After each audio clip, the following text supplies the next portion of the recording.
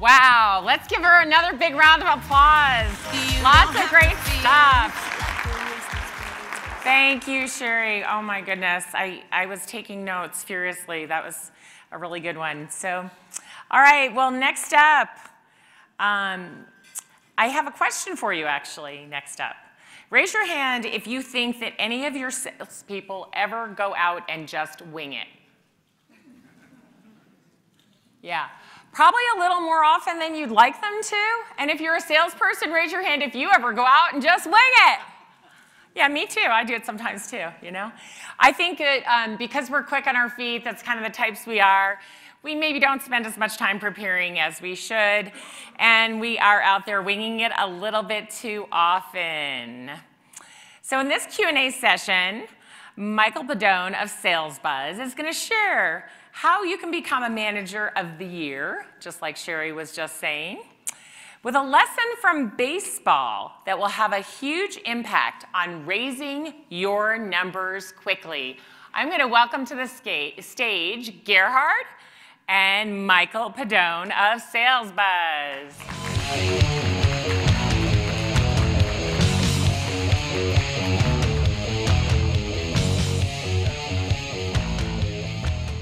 I think Gerhard and I are going to talk in a little bit, but you want to come up now? It's been a while since I've seen you, my friend. She told me to get up. Okay, then you better listen then. So, I'm listening. All right. Hi, everybody. My name is Michael Pedone. I am the president and CEO of SalesBuzz.com. And if you're curious what we do, it means that we prepare outbound sales teams on how to cold call, email, and social sell their way into new accounts. And today, what I want to do is I want to help you, help your team hit home run sales numbers. And we're going to do that by using a simple baseball truth that's going to help your team overcome fear of the phone. It's going to help them win deals faster. And it's going to help you, if you're a manager, it's going to help you be manager of the year. If you're a trainer, it'll help you get better results that way. And if you're a sales rep, it's going to help you become a better salesperson. So let's go ahead and talk about that. First things first. So we're having this great conference. We're talking about all the other tools that are out there to help salespeople, help sales organizations. There's so much pressure on you guys to perform because your company's spending a lot of money on all these tools, right? The reason why it's that way is because we're not in the Stone Age anymore. Back in when I first got into sales as a straight commission sales rep, it was, here's your phone book, here's a phone, get to it. Now, I know millennials don't know what that's about, but anybody else here have that experience, background? A couple of you, right? Okay. But that's the old way of selling. The funny story is when I first got into inside sales, I was selling to computer repair shops. We didn't even have computers as a sales organization. We were selling on how to fix computers and diagnostics, and they just gave us the leads and a phone and said, there you go. But today it's a lot different because you have CRMs that cost a lot of money. You have LinkedIn, which makes it so easy to find who the decision maker is, or at least somebody you could start the process with, right? Do you remember back in the day where you would call somebody and you would ask to see if that person's there, and they go, they haven't worked here in 5 years, and you're like, oh my God, right? That should never happen anymore, right? Because before, all you have to do now is just go to LinkedIn and see if that person still works there before you pick up the phone. So, but LinkedIn isn't free if you're using it to its full advantage.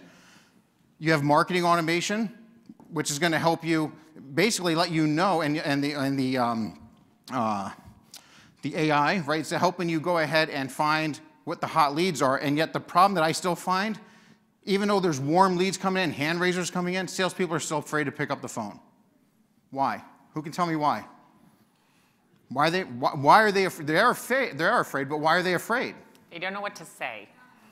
Not confident. They don't know what to say. The real reason is this. And you guys are very close. The hard truth is this. They don't know what to do once they get a prospect on the phone. This is the biggest thing. How many of you have, let's just go to the next slide here before I get into that question. They don't have a game plan. They don't have a simple step-by-step process. If the baseball truth that we're talking about is you have to go from first base to second base to third base, et cetera. You can't skip steps. And so let's just do this. How many of you have, say, 10 or more sales reps that work at your organization? Let me see your hands. Okay. 5 or more? 2 or 3? All right, if you have at least 3, even for those you have 3 or more, when you go back tomorrow or the next day and you have your sales meeting, I want you guys to ask a simple question. You get your sales reps in the room and ask them this. Say, What is the purpose of contacting your prospect for the first time? As a matter of fact, let's do that. I want to do that now. Somebody tell me, what's the answer? What to this question? What's the purpose? Somebody says to learn. You're calling, again, let me set the stage. You have a brand lead. I don't care if it's a cold lead or a hot lead that just came in. Take your pick. You're about to pick up the phone for the first time. What's your objective? Somebody says learn. What else? Set an appointment. What else? What was that? Speak up. Anybody? Go ahead. Sell something, close them, set an appointment. Okay, the point was this. Look at all the different answers we're getting for one simple question. You go back and you ask your sales reps, okay, guys, simple question. You're about to pick up a phone, call somebody. What's your objective? You have 5 sales reps. You get 3 different answers. Does anybody see it as a problem? Yeah. Hell yeah, it is. Absolutely. Why is that a problem? They're not on the same page. They've never been, we're all talking about, well, you got to be friendly, you got to get the conversation going, you might want to try to build some rapport, but there's no specific steps on what they're supposed to do. And so if you want your team to be firing on all cylinders, they're going to need a step-by-step process. I call it a game plan on what to do every step of the way of that sales call. So if you look at it this way, step 1, they've got to create interest, right, before they can close a deal. They're going to have to properly qualify them before they should be doing a presentation. They're going to need to do the proper presentation before they can actually close the deal. So if you start to get the analogy of baseball, even if somebody hits a grand slam in baseball, the runner still has to touch all the bases. Does that make sense? They just don't stand there and high-five everybody. They still have to run around. Well, in sales, you have to touch all the bases. Now, there's going to be times, because I can hear it already, and I can hear you thinking it, there's going to be times the prospect is farther ahead in the sales process. And I'm not telling you to stay back and make them, follow your process. I'm not saying that. How many of you ever get a warm lead, like an inbound lead, saying, hey, I'm interested in your product or service, can I get pricing? Anybody? I know a lot of people want those, right? Let's say marketing generates that.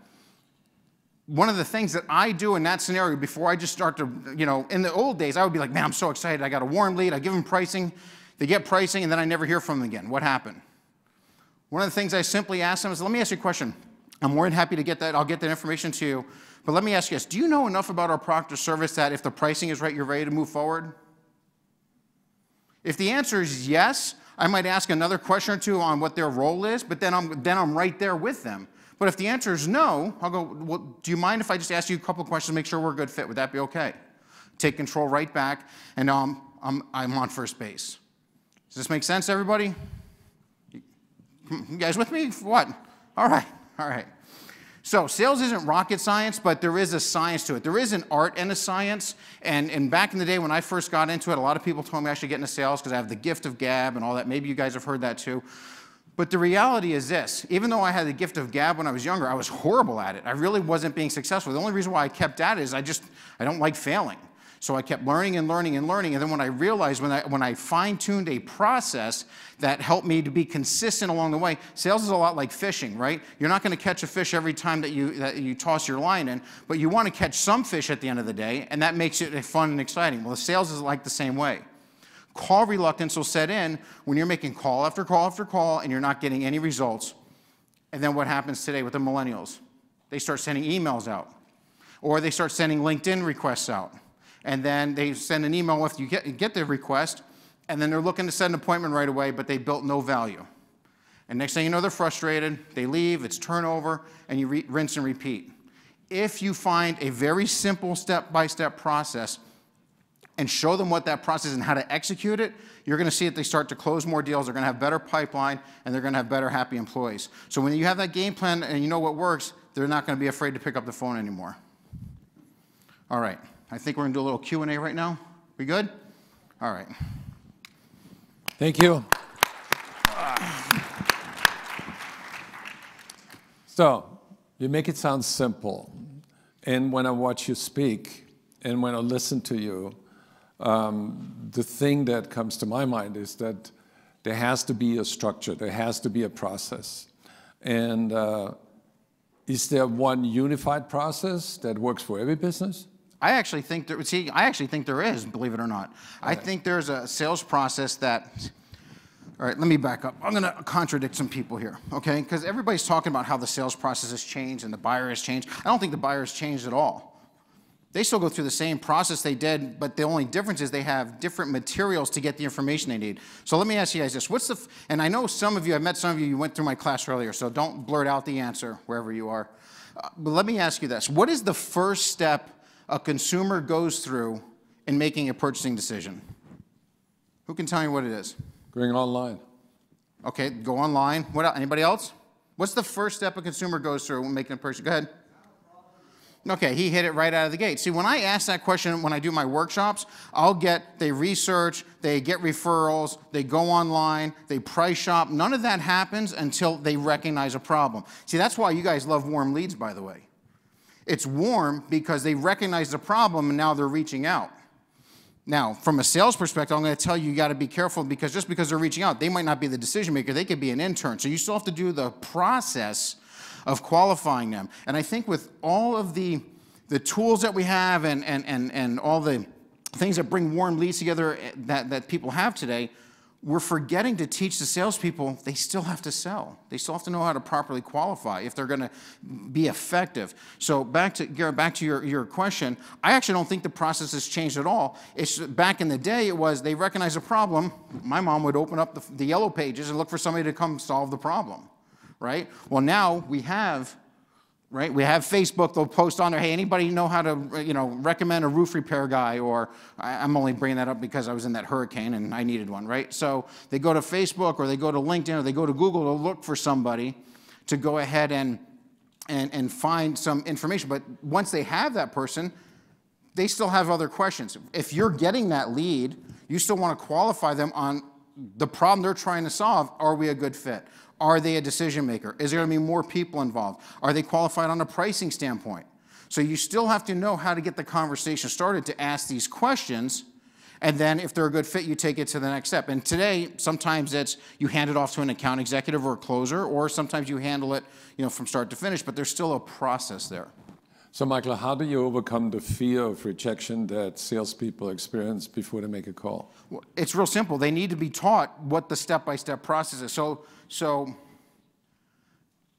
when I started to become really successful, I broke the process down like levels of a video game, if you will. So like the very first step when I'm making, first of all, let me answer my own question earlier. The first step too, when you're making a first-time outbound call, is to qualify somebody. It's not to set an appointment. It's not to close it. I can't close an unqualified deal. If I'm meeting with somebody face-to-face, I don't want to spend my time going out there and meeting somebody who's not qualified. I'm not trying to build rapport. I actually think rapport building is one of the worst sales advices that's out there because rapport should never be a step in the process. It should be something that happens naturally. You should just be likable as it is, right? And if you have a natural tendency to want to seek to help somebody solve a problem, they'll naturally end up liking you. So you want to go ahead and my first step is I have a call. It's a first-time call. I want to qualify them. Does that mean I'm going to hit them with 20 qualifying questions? No. But I know what my objective is. So if I took a brand new sales team or somebody that's been in sales for 20 years but it's not hitting their numbers, there's where we start. We're going to qualify them. Now, how do we do that? How do you qualify a prospect now? Somebody tell me. Okay, what happens after that? Okay, you got to ask qualifying. We call them probing questions in sales, yeah? That's how you qualify somebody. All right, let's do a role play. Hold that thought for a second. Okay. I'll do that. I'll do that all day with you, no problem. But the thing is this, is if you've ever cold called somebody and you started asking them probing questions, what happened? How do they respond? They hang up, they get defensive, right? They don't want to talk. So what do you have to do to get them to want to answer your questions? And so the answer is this. You have to have an opening value statement. This is where we'll role play. You have to have an opening value statement that'll do two things. It's going to pique their interest, and then you're going to gain permission to continue the call. And once you have that, you now take away them being defensive, so they actually give you permission to ask them some qualifying questions. And now you're having a conversation. And so that's step one. I tell my sales guy, I just hired a new sales rep this week, and I was working with them, and step one made it so easy. You're going to say this to pique interest and gain permission. Once that happens, I'll show you what the next step is, and now he's making call after call, and he's killing it. So. Hello. All right, let's do this. Who do you want to be? You pick the industry. I'm the CIO, and you're selling me, you're qualifying me. Would I need artificial intelligence in my business? Okay, so what I'm going to do before I ever pick up the phone, if I'm starting a new sales job, I have to know who's the target audience. What pain points do they have to have in order for them to want to be interested in what my solution is? Right? Most salespeople will make the mistake. They call and say, yes, we provide artificial intelligence, and we do blah, blah, blah, blah, blah, and I want to get on your calendar next week for 15 minutes. Is Monday or Tuesday good for you? And they're like, yeah, right now is not really a good time. Send me some information. Click. Okay, so I would have to know what the hot buttons are for the AI. Somebody want to give me? So what are the hot buttons for AI? What problems does AI solve? You gotta speak up. I'm going deaf. Stealing? Scaling. Okay. Okay, what are we scaling? You got to give me specific numbers, right? Because let me do it this way. Since I'm going to be honest, I don't know what the hot buttons are for the AI yet. So, but if I was a sales rep, I would learn it. But let me just do it this way. Let's say you're a sales director. All right. Gerhard, this is Michael Pedone with SalesBuzz.com. Listen, the reason for my call, I specialize in helping inside sales teams overcome call reluctance. And if I caught you at a good time, I'd like to ask you a few questions just to see if what we have to offer may be of some help to you. Would that be okay? Good enough, yeah. Now, since that's my industry, see, I'm using the same formula that I'm sharing with you guys. I just know my industry really well. If I called and said, hey, Gerhard, we provide online sales training solutions, and I'd like to see if we could help your team. Do you want to set up a call for next week? Nah, no thanks, no answer, we're all set. But since I tied it to a pain point, if I'm calling Gerhard and he's got a sales reps of 10 or 20 sales reps, chances are there's a portion of them that have call reluctance. I also have another opening value statement I can use. Let me give you another one. Hey, Gerhard, this is Michael Pedone with SalesBuzz.com. Listen, the reason for my call, we prepare outbound sales teams on how to cold call, email, and social sell their way into brand new accounts. And if I caught you at a good time, I'd like to ask you a few questions just to see if what we have to offer may be of some help to you. Would that be okay? You caught me at a good time. All of a sudden, they want to talk for a second. I just need that 5 seconds right there for them to say, yeah, okay, I got a second. Because now I have another objective. So stage one, game level one is done. I'm on to stage two. And so when you teach a sales rep, this is how you have an opening value statement. You're not getting rejected because, let me talk to the side of the room for a little bit. You're not getting rejected because of the fact that, you know, it's just sales and that's the way it is. You're getting rejected out of the gate because you're not piquing interest. You're not agitating a pain or scratching an itch. And if you learn how to do that, sure, you might not get 100% of the people to say okay, but you're going to get a ton of them. Like more, you should be getting way over 50 or 60% to say okay. They'll either say one of two things when I call. Most of the time it's, yeah, absolutely, I got a second, sure, go ahead. Or it's like, you know, right now is not really a good time, but give me a call this afternoon. I'm heading into a meeting. And now I set that appointment. It's that simple. It's like the button, when you button your shirt, if the first button is wrong, all the other buttons are wrong. So once you get past that, what's step number two? Okay, so now, see, I actually break the sales process down into four levels, if you will, or 4 cycles. So the first one is opening value statements. We're done with stage one. So stage two, I'm in the qualifying phase now. Qualifying is the largest stage out there. Most people have the presentation as the largest stage. It's actually, I reverse it. Qualifying is the largest one. But I also break qualifying down into 3 sections. And the first section is this. I got to get problem recognition, like the gentleman out there said earlier. That's stage one. I got to get problem recognition. And so in order to do that, I'm going to have to find a problem. I have to know what problems my target audience is going to have in order for them to be interested in what I do. But before I can get to any of that, I got to get the conversation going.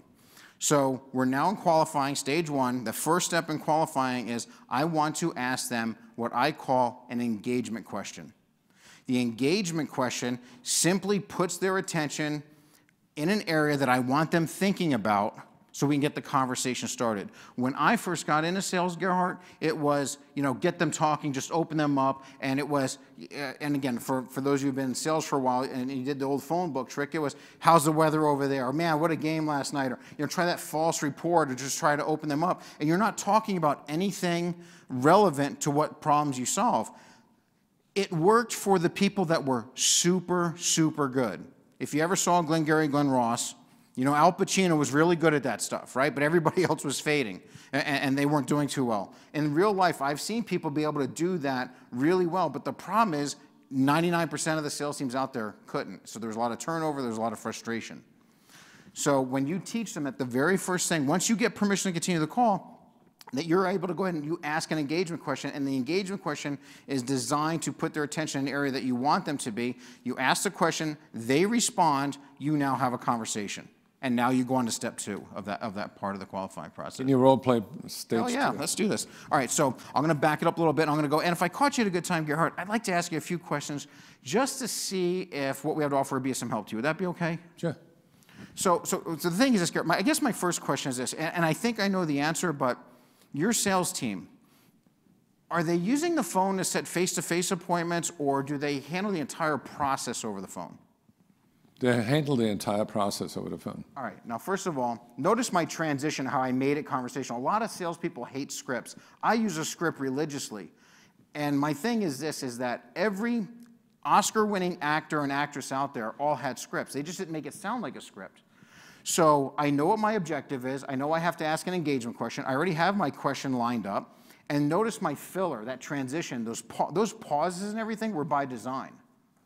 Right? So listen, you know, I guess my first question is this. I think I know the answer, but your sales team, and when I say your sales team, now he's focusing, and I go, are they doing this or that? I don't give a damn how he answers, to be honest with you. When he gives me his response, it's telling. Now, if he says I don't have a sales team, then okay, guess what? I did my job. You're not qualified. I'm out for what I have to offer. So since he says, well, they do this, they do that, it's a little bit of both, it doesn't matter.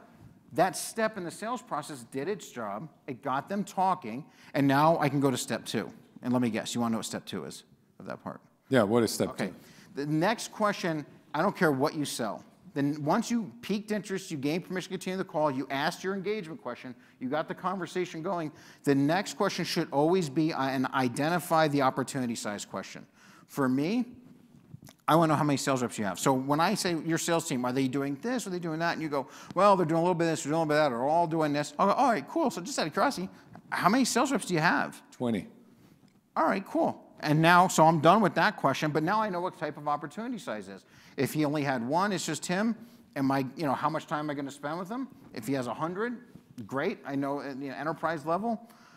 Again, I'm giving you the examples of the sales training model, but this works in every industry.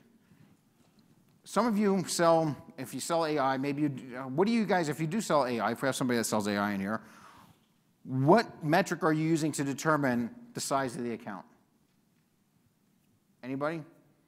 And this goes for anybody, even if you don't sell AI. What metric? Some people sell CRM, so they go by seats. Some people sell software, they go by seats as well. So what metrics are you guys using to determine the size of the account?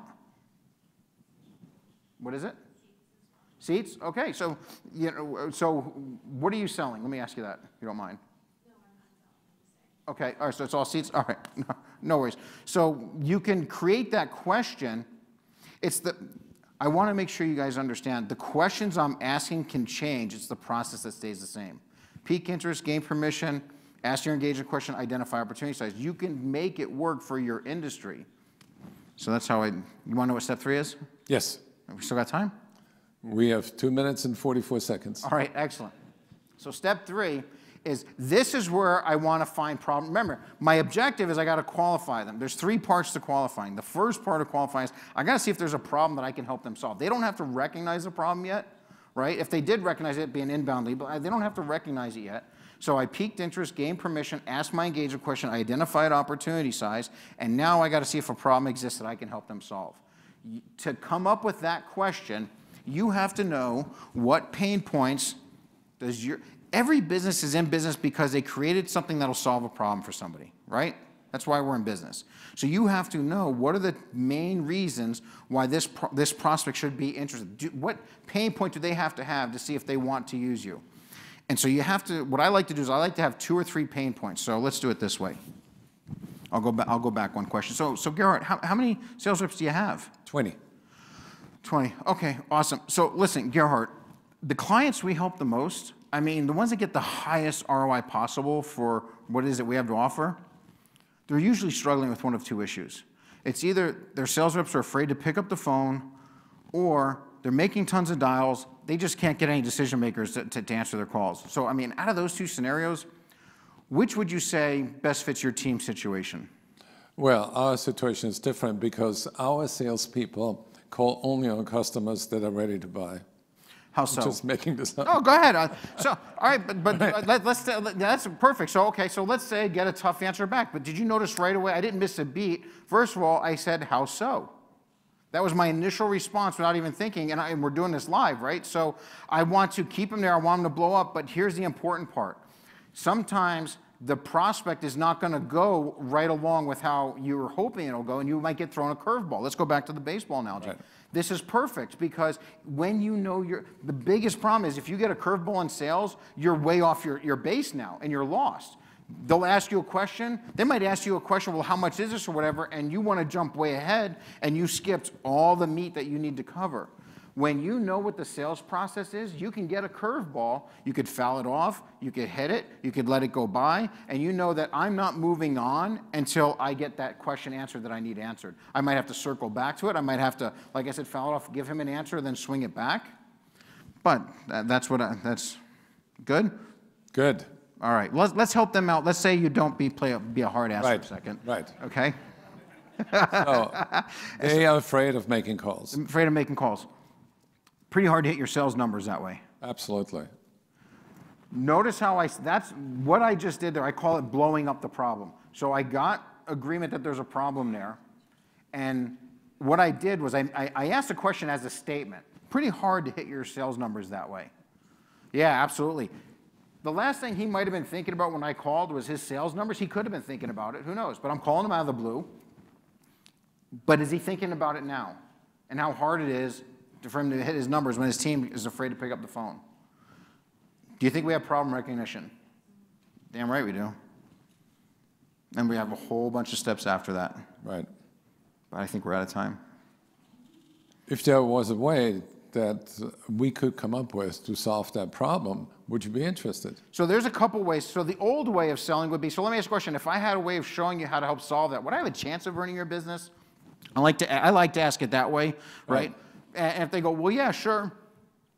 What I like to do sometimes in that scenario, I go, you know what? I have an idea. Let me show you something. Let's see if we can fix this for you. And so I like doing it that way a little bit better because it really engages them. Now it's like I'm partnering with them on how to help them, show them how to solve something. Right. Then we get right on in, and I give a little bit of an idea of what we're talking about, and then I have to go to step 2 of qualifying. So you have a lot of good videos on YouTube. I have a few. You have a few. I have a few. Not as many as I should. Yeah, you should have more. I should have more. Yeah. But I do these webinars once a week, though, so anybody can find them that way. I do them in person. Where can people find you?